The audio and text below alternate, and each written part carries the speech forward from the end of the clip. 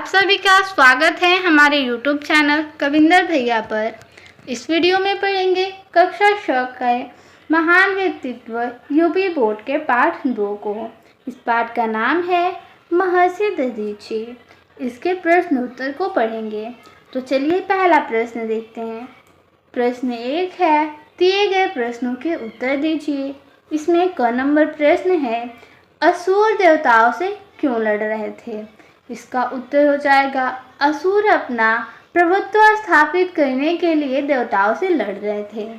अगला प्रश्न है ख, देवताओं को महर्षि दधीची के अस्थियों की आवश्यकता क्यों पड़ी? इसका उत्तर हो जाएगा, ब्रह्मा जी ने इंद्र को बताया कि महर्षि दधीची के अस्थियों से बना वज्र असुरों को पराजित कर देगा, इसलिए देवताओं को महर्षि दधीची की अस्थियों की आवश्यकता पड़ी। आगे प्रश्न है ग, अस्थियां मांगे जाने पर दधीची ने क्या सोचा? इसका उत्तर होगा, अस्थियां मांगे जाने पर दधीची ने स्वयं को धन्य समझा। प्रश्न है घ, नैमिषारण्य में प्रतिवर्ष फाल्गुन माह में मेला क्यों लगता है? इसका उत्तर होगा, नैमिषारण्य में प्रतिवर्ष फाल्गुन माह में मेला महर्षि दधीची की स्मृति में लगता है। आगे प्रश्न है दूसरा, पाठ की घटनाओं को सही क्रम दीजिए। ठीक है, यहाँ पे घटनाएं दी गई हैं, उसको सही क्रम में लिखना है। जैसे क है, देवताओं और असुरों में युद्ध छिड़ना। ख, इंद्र का महर्षि दधीची के पास जाना। ग, इंद्र का ब्रह्मा जी से असुरों पर विजय के बारे में उपाय पूछना। घ, इंद्र का ब्रह्मा जी के पास जाना।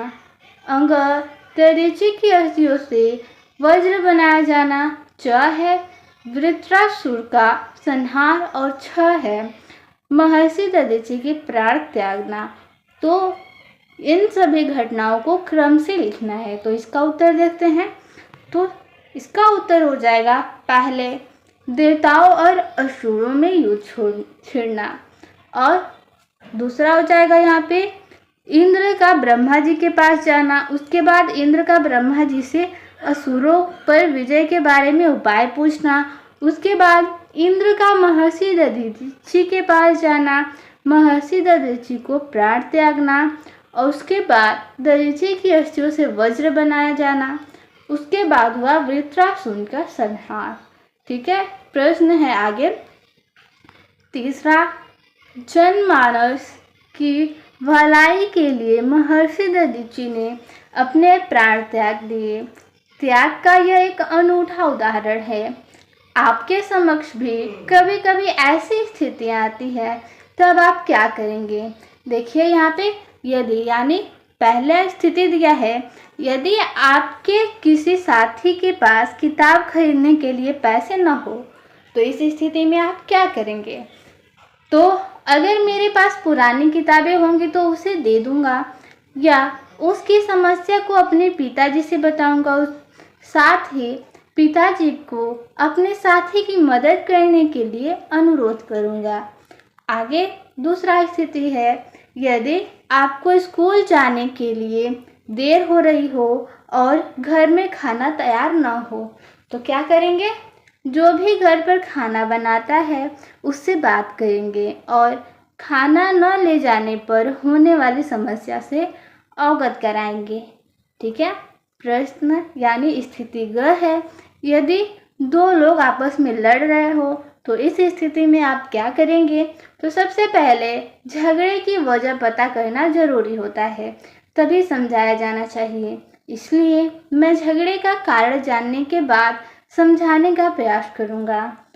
आगे है घ नंबर स्थिति, यदि कोई व्यक्ति सरकारी संपत्ति को नुकसान पहुंचा रहा हो, तो इस स्थिति में क्या करेंगे? उसको बताएंगे कि सभी सरकारी संपत्तियां देश के नागरिकों द्वारा दिए गए टैक्स से ही बनाई जाती हैं, अतः उसे समझाएंगे सरकारी संपत्ति को नुकसान पहुंचाकर वह अपना ही नुकसान कर रहा है।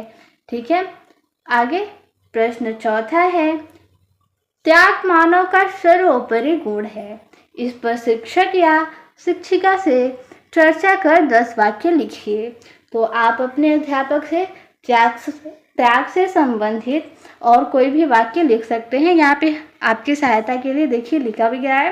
पहला क्या हो जाएगा? त्याग की भावना अत्यंत पवित्र होती है। दूसरा, त्याग करने वाले पुरुष ने ही संसार को प्रकाशमान किया है। तीसरा, त्याग में ही सुख है। चौथा, त्याग करने वाला सदैव याद किया जाता है। पांचवा, रामचंद्र जी ने त्याग का एक बेमिसाल उदाहरण पेश किया है। छठवां हो जाएगा, राज्य का त्याग कर वन में जाने से उन्होंने समाज में उच्चतम मानदंड स्थापित किया। सातवां हो जाएगा, क्रोध छोड़ना भी त्याग है। त्याग से मनुष्य ईश्वर को प्राप्त कर सच्चे सुख व शांति का लाभ पाता है। नौवां हो जाएगा, कोई भी त्याग से संबंधित वाक्य लिखना है तो कोई भी वाक्य लिख सकते हैं, ठीक है। त्याग से तत्काल शांति की प्राप्ति होती है।